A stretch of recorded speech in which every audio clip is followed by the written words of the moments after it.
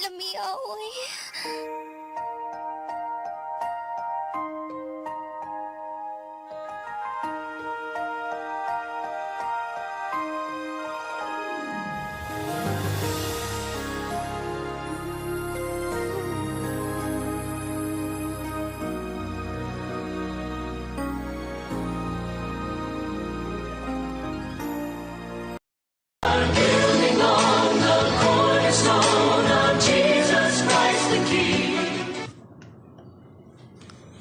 Hello mga agabyan, kag welcome sa atong palatuntunan ang Ilonggo Daily Light from God's Word Radio Broadcast. Ginapatuhoy naton ini nga programa sa mga Ilonggo speaking, mostly dira sa Negros Occidental, sa Hinubaan, sa San Jose Sipalay City, Kaliling Kawayan, Gilhungan Kawayan, Daan Banwa, Cabancalan City, Tapi, Cabancalan City, sa Bulu-Bulu Kawayan, kag bisan pa dira sa Bantayan B, kag sa Kamingawan, Initanan, pulos sa Cabancalan City. Kabay pa kunta ni Abyan nga makabaton ikaw sang pagpakamayo sa sining pagpamalandong naton karon sa pulong sang aton Ginoo. Diri sa Hulubaton Kapitulo 3, versikulo 15. Akon sugdan abyan sa pagbasa dari sa versikulo 13. And then, basaw naton tubtob sa 18, no? Nagasiling, Hulubaton 3:13. Bulahan ang tao nga makakita sing kaalam, kag ang tao nga makaagom sing paghangop. Kay ang pagdaog sini maayo pa sang sa pagdaog sang pilak, kag ang kapuslanan sini sang sa bulawan nga busog.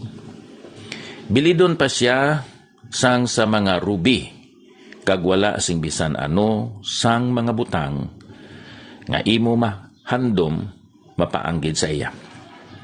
Ang kalawigon sang mga adlaw yara sa iya kamot nga tuo, sa iya kamot nga wala yara ang mga manggad kag kadungganan. Ang iya mga dalanon sang pagkahamuot, kag ang tanan niya nga banas pagidait. Siya kahoy sang kabuhi sa mga nagakapyot sa iya, bulahan ang tagsa-tagsa nga nagahawid sa iya. Diyos nga balaan, amang ginatugyan ini nga pagpamalandong sang imubalaan nga pulong.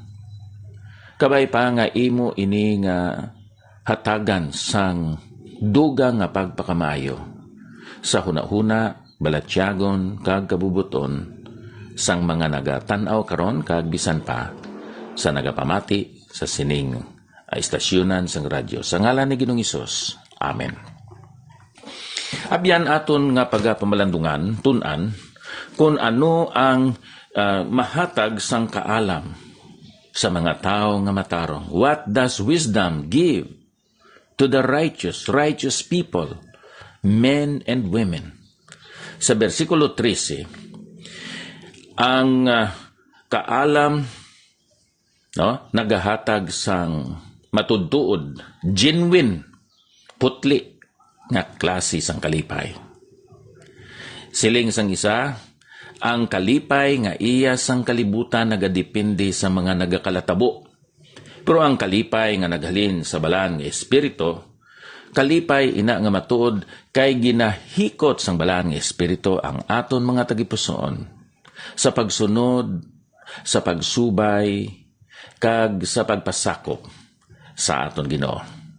Once kita nagasunod, nagasubay, nagapasakop sa pulong mga pamaagi sang Dios kag sa kabubuton sang Dios, ikaw kag ako sa pagkamatod maka-eksperyensya sang genuine nga klase sang kalipay. Ina amo ang ginatawag naton blessedness, ang pagkabulahan. Ang Dios nagahatag sa aton sa mga pagpakamaayo, mga ginatawag naton blessings. Agod nga may eksperyensya naton ang kalipay, kag nga aton ini ipaambit kay siling sang isa, we are blessed to be a blessing. Ang kalipay sa kakita sining kaalam. Ari sa bersikulo 13, bulahan ang tao nga makakita sing kaalam, kag ang tao nga makaagom sing paghangop. Ang imo palang pagkakita sang kaalam abyan, magaresulta na sa ginatuwag kabulahanan. Inang genuine, putli, matudtuod gid nga klase sang kalipay. And then, kung ikaw nagakapyot, nagauyat, nagabantay nga hindi ina maghalin ang kaalam sa imo, magapadayon ikaw sa pag-eksperyensya sinang kabulahanan. So you will have happiness, or shall I say blessedness, in finding wisdom, and you still have blessedness in retaining wisdom. Ara sa bersikulo 18, siya kahoy sang kabuhi sa mga nagakapyot sa iya. Ining iya, amo ini ang wisdom, ang kaalam. Bulahan ang tagsa-tagsa nga nagahawid sa iya, nagahawid sa kaalam. Apo ng isa ka tao, matintar sinang mga bahandi sa kalibutan, gahom nga gina-offer sang kalibutan, mga butang o kwarta nga gina-offer sang kalibutan sa hindi husto nga paagi, sa malauton nga pamaagi. Ang tao, ginabuy-an niya ang kaalam. Ano gali ang kaalam abyan? What is wisdom? Inang wisdom amo ang pag-implement, pag-aplikar, pagbutang sa aton kabuhi, kag paggawi sang mga ihibalo, sa mga pagtulunan, sa mga prinsipyo sa aton nga mga kabuhi. Once we apply the Word of God, the ways of God and the will of God in our lives, that is wisdom. Pero kung imo isikway ang wisdom kag ibaylo nimo sa sinang nagalabay, hindi permanente nga gahom, nagalabay, hindi permanente nga bahandi o manggad sa kalibutan. Kay ngiban, kung kwarta na, malimtan na ang mga prinsipyo o mga Biblianon nga mga pagtulunan o leksyon nga ilagin angkon sa malawig nga panahon. Tungod sa kwarta, magabag-o ang ila mga panimuot, ang ila mga attitudes, ang ila way of life, lifestyle, ang ila nga pagkabuhi. So, there is real blessedness in finding wisdom and in retaining wisdom. Kabay pakuntani abyan nga ikaw magapadayon sa pagkabuhi nga may kaalam. Now, ano pagid ang mahatag sang wisdom? Hindi lamang real blessedness, kundi real treasure. Matudtuod nga manggad sang Ginoo nga gihatag sa aton. Verse 14. Kay ang pagdaog sini maayo pa sang sa pagdaog sang pilak, silver, kag ang kapuslanan sini sang sa bulawan nga busog or pure. Real treasure. Kumpara ang wisdom abyan sa precious metals nga mo ang pilak o silver kag ang bulawan or gold. Sa English, for the merchandise of it is better than the merchandise of silver. Ang kaalam mas maayo pa kaysa silver kag kaysa bulawan.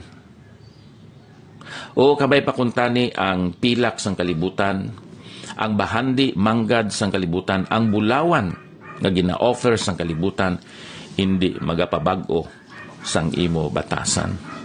Now, in verse 15, it is compared to precious stones, mga hamili nga mga bato, kaangay sang rubies. She is more precious than rubies. And all the things that canst desire are not to be compared unto her. Ano ang gusto nimo nga ipapanubli sa imo kabataan? Malapad nga duta, pero kung ang imo bata wala sang kaalam, malagsik, malupad lang ng imo duta. Matahom nga balay, kung tahor, sugarol ang imo mga bata, maprinda, mabaligya pa ng imo balay nga ipapanubli sa iya. Auto, mga pagkabutang sa sining kalibutan nga tapos nimo mabakal maga-depreciate. Amo na gusto nimo ipapanubli sa imo bata, magalupad, magatalikod, magabiya ina. Pero imo nga buhaton, subo nga amay, subo nga iloy, o kon mga ginikanan, ipapanubli sa ila ang kaalam nga naangko nimo, tungod kay naangko nimo si Ginoong Hesus. Imo ginkabuhi ang balaan kasulatan. Imo nga ginatingwaan nga kada Domingo, imo madala ang imo gagmay nga mga bata sa simbahan. Kay pagkabayong-bayong na, pagkapamatan-o na nila, teenager na, isikway nila ang simbahan. Kag magahibi ikaw, abyan. Magahinulsol ka nga wala nimo gindala ang imo mga bata sa simbahan. Ang masubo kay, kung kaisa, ang mga ginikanan, ila lang nga ginapadala ila mga bata sa simbahan, sa Sunday School. Wala nila ginadala. Ang implikasyon, wala sila yagasimba, kay ginuna nila ang ila negosyo, ginuna nila ang ila mga hayop, ang ila mga karabaw, kanding, baka, ang ila baboy, agod nga, padayon ng ila manggad nga lumalabay lang. Padala lang nila ang ila mga bata sa simbahan. Ano ang implikasyon? You are really exhorting them to go to church. But you are not exemplifying to them the importance of the church by not going to the church yourself. So, amo ini ang maayo nga ipapanubli, ipasunod nimo ang matudtuod nga bahandi o matudtuod nga manggad nga amo ang kaalam. So, ang wisdom, mas maayo pa kaysa lumalabay. Wala nagapadayon nga klase sang kalipay. Ang wisdom, maghatag sang matudtuod nga klase sang kalipay. Ang wisdom, maghatag sang matudtuod nga klase sang manggad o kon bahandi. Hasta lang kita diri abyan. Salamat gid sa inyo nga pagsunod sining aton nga programa, ang Ilonggo Daily Light from God's Word Radio Broadcast.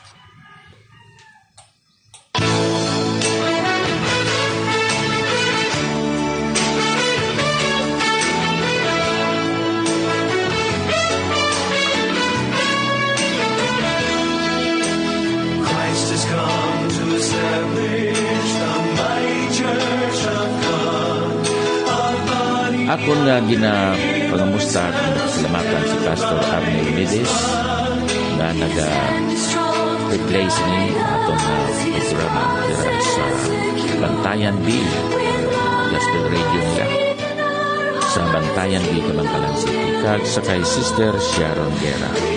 Ay naaga sa tanan, salamat din sa Ginoo.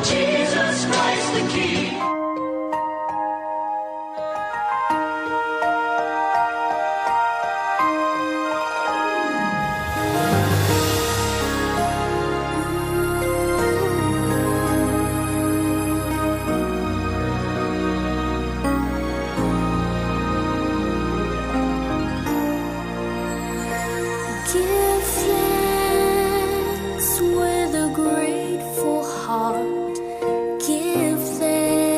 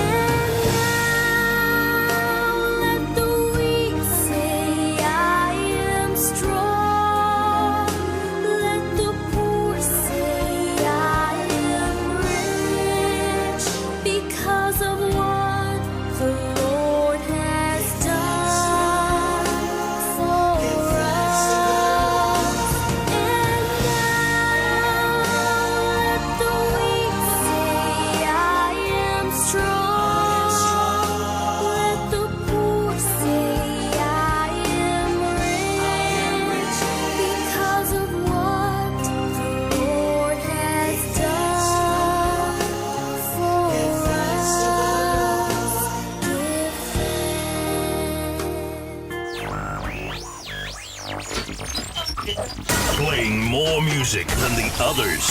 This is Alagad Radio 100.5 FM. Ang Tingog sang Hinubay.